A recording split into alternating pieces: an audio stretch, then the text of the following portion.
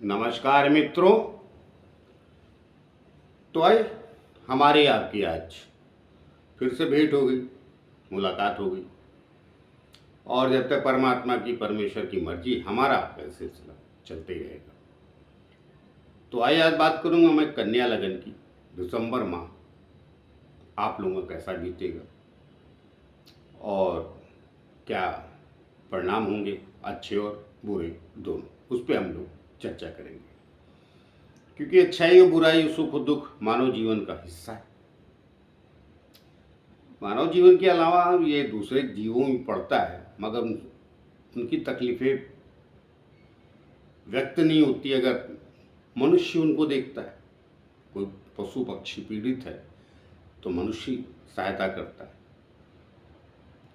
और वो हमको आशा भरी नज़रों से देखते भी हैं। लेकिन जब मानव जीवन पीड़ित होता है तो उसकी सहायता तो ग्रह और परमात्मा करते हैं, ऊपर वाला, जिसको बाद में एक ही लाइन में कह देते हैं लोग, ऊपर वाला देखे। तो अब ऊपर वाला इसलिए देखे कि हमारे ऊपर वो परमात्मा जीवों की भी वही ख्याल रखता है, लेकिन सबके लिए मार्ग अर्थात रास्ते, कहते नहीं कि ऊपर वाला आता नहीं कहीं से, वो भेजता है, अर्थात कोई आपकी सहायता के लिए। तो वैसे अन्य जीवों के लिए भी मनुष्य जीवन बना है। तो चलिए वो विषय नहीं है, लेकिन विषय तो होगा तभी तो मेरे मुंह से निकला है। मैं आगे जब आपका ये क्या कहते हैं ग्रह गोचर की बात करूंगा दिसंबर माह के, तब शायद, क्योंकि अनायास ही मैंने देखा है कि जब से मैं वीडियो बना रहा हूँ इस शास्त्र को लेके, तो पहले बहुत अध्ययन किया है। 2002 से शुरू किए भी बनाना, तो मैंने 2021 में शायद वीडियो, मतलब आप लोगों के बीच में। तो कई चीज़ें ऐसी हैं जो पुराने अध्ययन से हैं, और वो अब आत्मा को ज्ञान होता है तो वही बोल देती। वाणी भी तो उसी की, आत्मा की, वो चली जाएगी तो हमारा क्या है वजूद। हमें तो कहीं आप लोग कोई शमशान घाट ढूंढोगे। एक दिन मैं आप लोगों को अच्छा रहे समझाने वाला हूँ। मानव, मनुष्य, पुरुष, ईश्वर, परमेश्वर, पुरुषोत्तम, ये बड़े गहरे रहस्य हैं हमारे शास्त्र के। मगर मैं कई बार रुक जाता हूँ, लोग जानना भी तो नहीं चाहते। तो चलिए आज तो बात कर रहा हूँ कन्या लगन की। तो कन्या लगन जो है उसका दिसंबर माह कैसा होगा उस विषय में बात करते। तो अभी आपके ग्रह 1 दिसंबर 2023 को कहाँ रहेंगे उसको मैं फोकस कर देता हूँ। और पीछे मैंने बगैर बोर्ड के बताया, समझाया। चलिए रिक्वेस्ट की लोगों ने वापस, वो क्या है, बगैर बोर्ड के समझाने में ज़्यादा आसान रहता है हमको। आपको समझने कितना होता है विषय अलग है। अभी बोर्ड सजाइए, बनाइए, लिखिए, फिर देखिए ग्रह समझाइए, उसे समझाने में आसान रहता है। लेकिन जो लोग हैं समझ लेते हैं, लेकिन रिक्वेस्ट की थी लोगों ने कि सर बोर्ड के साथ समझाएं जैसे पहले समझाते थे। ख़ास तौर से अब है, ठीक है, अब आप दर्शक हैं और चाहने वाले हैं तो आपकी सुननी तो पड़ेगी। आइए, तो ये कन्या लगन, मैंने 6 ऊपर ही लिखा है, कन्या भी लिखा है, और मैं फिर 1 तारीख के ग्रह स्थितियाँ समझा देता हूँ। और मैं ये भी क्लियर कर देता हूँ, ये मैं कन्या लगन से ही बता रहा हूँ, और किसी का यही कि जन्मा भी ओरिजिनल कुंडली में। अभी तो 1 तारीख को जन्मा यहाँ रहेगा मिथुन राशि में, वहाँ की बात नहीं करो। कन्या लगन, कन्या राशि की बात करो। जिनका है वो तो फिर एकदम निश्चित हो जाए, जो बोलने वाला एकदम परफेक्ट जाएगा। लेकिन जिनका कन्या लगन है और राशि कोई और है तो वो भी परफेक्ट है। लेकिन जिनका सिर्फ कन्या राशि है, लगन कोई और है, उनके लिए मैं बात नहीं कह रहा हूँ। उनको सुनेंगे तो कोई बुराई नहीं, लेकिन प्रभावशाली कितना हो पाएगा वो मैं नहीं कह रहा, मैं लगन की बात करूँ। तो ये कन्या लगन और कन्या राशि भी होगी तो आप जीत गए, मतलब 90% तक सही रहेंगे। कन्या लगन, कन्या राशि, यही जन्मा भी रहे ओरिजिनल कुंडली में। फिर से दोहरा देता हूँ आपको बात, अर्थात आपकी जो जन्मांक की कुंडली, जन्म लगन कुंडली। तो आइए, कहाँ ज़्यादा समय व्यतीत ना हो तो अच्छा है, आइए। तो ये आपके लग्न में ही केतु बैठा है। आपका लग्न 6 नंबर का है, कन्या लग्न, 6 नंबर राशि आती, वहीं केतु है। दूसरे स्थान पे आपके 7 नंबर की तुला राशि आती, वहाँ शुक्र बैठा है, स्वग्रही। तीसरे स्थान पे वृश्चिक राशि आती है, वहाँ मंगल और सूर्य बैठे हैं। 9वें भाव में आपकी धनु राशि आती, वहीं बुध बैठा है, आपके लग्न का मालिक। और पंचम स्थान में मकर राशि आती है, खाली है। छठे स्थान पे कुंभ राशि आती है, वहाँ शनि बैठा है। सप्तम स्थान पे राहु आता है, सप्तम स्थान पे आपकी मीन राशि आती है, वहाँ राहु बैठा हुआ है। अष्टम स्थान पे आपकी मेष राशि आती है, वहाँ गुरु बैठा हुआ। भाग स्थान आपका वृषभ राशि आती है, यहाँ कोई ग्रह नहीं है। दसम स्थान पे आपकी मिथुन राशि आती है, यहाँ चंद्रमा बैठा है। 11वें स्थान पे कर्क राशि आती है, यहाँ कोई ग्रह नहीं। 12वें स्थान पे आपकी सिंह राशि आती, यहाँ भी कोई ग्रह नहीं। तो ये तो आपके ग्रह गोचर। तो ये ग्रह गोचर क्या कहते हैं? अब देखिए, ये तो फर्क। मैंने मेष और वृषभ का अच्छा नहीं बोला, मिथुन और बहुत समय से इंतजार कर रहे थे, शायद मिथुन और कर्क और सिंह लगन के लोग, मैंने वहाँ अच्छा बोला। अब मिथुन का तो अच्छा था, आपका इतना अच्छा नहीं। कन्या लगन वालों का कारण तो लग्न बदलता है तो ग्रह भी बदलते हैं। अब आपके लग्न में केतु बैठा है, वो बुरी बात नहीं। केतु लग्न में बैठना बुरी बात नहीं, लेकिन भ्रम तो देता ही है, क्योंकि राहु भी देखता है। चलिए, वो इतनी बुरी बात नहीं। बुरी बात क्या है, ये आपका बुध अच्छा बैठा है, ये अच्छी बात है। मगर तकलीफ कहाँ? जिसके राशि में बैठा है वो गुरु कहाँ गया? अष्टम में। और मंगल आपके लग्न में बिल्कुल अच्छे फल नहीं देता है, और इसका स्वामी स्वग्रही योगी ये भी यहाँ से अष्टम में। तो बाकी तो कुछ खास बाद में बताऊंगा, बाकी जो खास हो बाद में। पहले तो आप सेहत का ध्यान रखिए, क्योंकि देखिए शनि महाराज भी यहाँ से तीसरी दृष्टि से गुरु को पीड़ित कर रहे हैं, यहाँ से 10वीं दृष्टि से मंगल और सूर्य दोनों को पीड़ित कर रहे हैं। तो अकेला बचा बुध, तो क्या करेगा बेचारा? तो ये जो रोग स्थान वाले ग्रह हैं आपके, ये एक दूसरे के साथ कहीं ना कहीं कनेक्टेड है। अब गुरु सपोर्ट कर सकता था, क्योंकि आपके सुख और लेकिन वो खुद पीड़ित है। किससे? शनि से। अब प्लस क्या है कि ये शुक्र आपका द्वितीय स्थान पे, ये अच्छी बात है। और अष्टम में गुरु है, आमने सामने दृष्टि, और अच्छी बात है। ये शुक्र और गुरु एक दूसरे को सहायता करेंगे। तो अब शुक्र आपका कहाँ का स्वामी है? वाणी स्थान का और भाग स्थान का। तो वाणी के साथ साथ उसे कुटुंब स्थान भी तो माना जाता है, किसको? शुक्र। तो मेरा ये मानना है कि ये किसी ज्ञानी से सहायता लेंगे तो सुखी रहेंगे। गुरु शुक्र भी ज्ञानी और गुरु भी ज्ञानी, दृष्टि कहाँ है? यहाँ एक दूसरे को देख रहा है। तो ज्ञानी आपको जो लगता, वो महिला हो या पुरुष, आपको जो लगता है कि हाँ ये हम इनको समझदार और ज्ञानी मानते हैं, उनसे सलाह लेंगे तो ये बचत करेंगे। वरना देखिए, ये मंगल की भी दृष्टि है, कहाँ?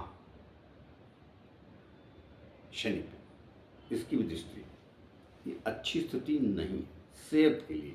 कारण क्या है कि बुध जहाँ बैठा उसका स्वामी पीड़ित हो गया ना, बाद में बुध इधर आ जाएगा तो भी शनि छठे मकर राशि में जाएगा। तो लग्नेश आपका जो है वो पीड़ित नहीं है, मगर वो जहाँ गया उसके स्वामी और उनके सब कॉम्बिनेशन ने आपको समझा दिया। और ऊपर से राहु केतु, राहु है भय, भ्रम, शंका, और केतु कंफ्यूजन। केतु पूरे परिवार नहीं देता, लेकिन वो क्या करे, जब वो जहाँ बैठ जाता उसका स्वामी डिस्टर्ब हो गया तो खुद ही शंका में चला जाता है। शंका में नहीं, दुविधा में। शंका और दुविधा दो अलग चीज़ है। कई बार लोग समझ नहीं पाते, उसको मिक्स कर देते। ज्ञान और किसी चीज में पारंगत होना दो अलग चीज है, वो ज्ञान नहीं होता है। आप अच्छे मैकेनिक, ज्ञान शब्द हर जगह लगता है, मगर ज्ञानी की भूमिका बहुत बड़ी होती है। वो ज्ञानी तो वही है जो संसार को, स्थितियों को, समाज को ढंग से समझे। और एक ज्ञान ये भी है कि आप स्कूटर के मैकेनिक हैं और कार के मैकेनिक हैं, तो आप उस विधा में स्पेशलिस्ट हैं, विशेषता है आपको। मगर मानव जीवन के विषय में, समाज के बारे में आपको ज्ञान हो, ये जरूरी नहीं। मगर ज्ञानी जरूरी नहीं कि वो अच्छा मैकेनिक हो, अच्छा किसी विषय में स्पेशलिस्ट नहीं, वो ज्ञानी है। ज्ञान का अर्थात होता है जो ब्रह्मांड, समाज, धरती, प्रकृति सबको समझे, प्रकृति और प्रवृत्ति सबको समझे, वो ज्ञानी कहलाता है। जो समाज की चीज़ों में ताल में बैठा है, भौतिकवादी व्यक्ति को ज्ञानी नहीं कहते। आध्यात्मिक व्यक्ति को ज्ञानी इसलिए कहते हैं कि आत्मा से ही संसार चलता है, मगर दिखता तो भौतिक व्यक्ति, सब शरीर चला रहा है। मगर ज्ञानी किसको कहते हैं कि शरीर को चलाने वाला जो है वो आत्मा और परमात्मा, उसको ज्ञानी कहा जाता है। तो अब चलिए, इसीलिए ये सब ज्ञानी की उपाधियां जो मिलती हैं ना, वो अध्यात्म के आश्रमों में ही मिलती हैं। बाकी जगह डिलीट डिफील्ड पता नहीं कौन कौन सी उपाधि मिलती भौतिक। चलिए, वो वहाँ कहाँ जा रहे, तो अब जाएंगे क्यों नहीं। जो ज्ञान देने वाला ग्रह आपका सुख और इसका, वो भी स्तंभ में गुरु। दृष्टि भी कहाँ है, बाहर में, जिसकी दृष्टियां भी अभी अच्छी नहीं है। हाँ, अभी सरक सूर्य यहाँ आ जाएगा तो भी बारहवें का स्वामी आपके। तो मैं ये कहूँगा कि कुल दे के आपका ये माँ, देखिए सच कह रहा हूँ, डराना और वो क्या बोलते हैं उससे, डरना आपका काम है, सच है। लेकिन गोचर मैंने पहले भी कह दिया, बहुत ज़्यादा प्रभावशाली नहीं होता, लेकिन ये माँ तो गोचर के प्रभावशाली रहेगा। ये मैं 20 लगन से बोल रहा हूँ। उसका कारण क्या है, जब इतने विस्फोटक ग्रह एक दूसरे को देखते वगैरह हैं, तो जिसकी जो ग्रह की कुंडली, जिसकी जो लग्न कुंडली जहाँ बैठेगी, वो वहाँ पर प्रभावशाली अवश्य होगी। अब शनि की दृष्टि मंगल पे, राहु की दृष्टि मंगल और सूर्य पे, ऊपर से सप्तम भाव में आपके बैठा है वो, लाइफ पार्टनर के घर में या पार्टनर के घर में।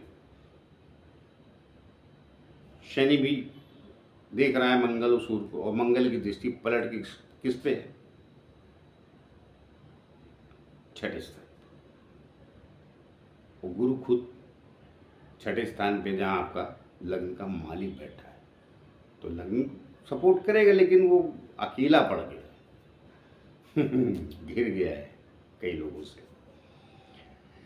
तो कुल लेके के उस पर ज़्यादा डिटेल देने जाऊँगा तो फिर वीडियो बहुत लंबा हो जाता है। कहने का तात्पर्य ये है कि उसमें सिर्फ एक चीज़ काम आएगी, ज्ञान अर्थात शीतलता, शांत रहिए। कुछ कष्ट हो भी रहा है तो उसको शांति से निभाइए।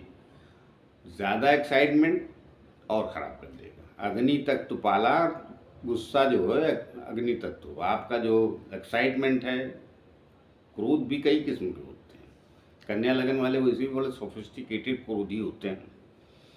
अगर आए तो मैं इस बार सलाह दे रहा हूँ, निकाल दीजिए। एक आध पे झगड़ा करना है तो फट जाइए, मगर उलझिए मत, लड़िएगा नहीं। मन में कुछ है तो कह डालो, शुक्र पे सपोर्ट करेगा ना, गुरु भी देख रहा है, तो सामने वाला शायद आपकी बात समझ ले कि कुछ और तकलीफ है, हमको समझना चाहिए। शुक्र कुटुंब हो बेटा, तो कोई ना कोई कुटुंब अर्थात कोई ना कोई नात रिश्तेदार, कोई ना कोई मित्र परिचित, जो भी है सब समझ लीजिए, तो वो दर्द को समझेगा। मगर दर्द कह डरे, वरना कई बार अंदर का रोगी होना अच्छी बात नहीं। अब जब जब चंद्रमा पीड़ित हो जाएगा और समस्या खड़ी हो जाएगी। तो वो तो विस्तार का विषय है। चंद्रमा हर 2.25 दिन बदल जाता है। तो कुल लेकर मैं ये कह रहा हूँ कि थोड़ा सावधान रहने की आवश्यकता है। मन और मस्तिष्क को शांत रखें और थोड़ा शरीर को ध्यान दें। और शरीर को ध्यान मतलब जो रूटीन में वे खाते पीते हैं उसको कीजिए, बस इसका ध्यान रखिए। कुछ खराब घटित हो रहा है तो उत्तेजित मत हुई, शांति से देख लीजिए। और अगर ग्रह और दशाएं वगैरह अच्छी चल रही हैं तो ये कुछ विशेष प्रभाव गोचर देता नहीं, फिर आएगा चला जाएगा। मगर इस बार का गोचर मैं थोड़ा बार बार बोल रहा हूँ, मेष लगन से शुरू हूँ, कन्या लगन तक आ गया। कुछ ना कुछ प्रभाव अवश्य दे जाएगा। अभी मंगल अस्त है। मंगल जब उदित होगा तो थोड़ा सा स्ट्रांग होगा। तो फिर मतलब अभी तो क्या है, नवंबर चल रहा है, अभी आया है, तो दिसंबर माह तक कुल ले देके, बात तो मैं दिसंबर की कर रहा हूँ ना कि कहाँ रहे, तो कुल ले देके माह अच्छा नहीं, दिसंबर का यार। अब चलिए ज़्यादा लंबा चौड़ा क्या बोलूँ, आगाह भी कर दिया, सलाह भी दे दी। तो लेकिन ज़्यादा पैनिक होने की जरूरत नहीं। मैं बार बार बोलूँ, पैनिक होंगे तो फिर परेशान कर देंगे। कांच की गिलास हाथ से छूट गई, बर्तन भी छूट गया, कांच का है टूट गया, मत परेशान हो। छूट गया, टूट गया तो टूट गया, हाथ से छूट गया तो छूट गया। कहने का तात्पर्य उसको यूं मान के चलिए, संकट कट गया। तो आइए मिलते हैं किसी और नए विषय को लेकर। तब तक के लिए आज्ञा चाहता हूँ। और जाते जाते फिर से प्रार्थना है, जिन लोग हमारे चैनल सब्सक्राइब नहीं किए कृपया कर लीजिए, उससे हमें बल और शक्ति मिलती जो आप लोगों के द्वारा ही आती है। तो आइए मिलते हैं किसी और नए विषय के लिए। तब तक के लिए नमस्कार।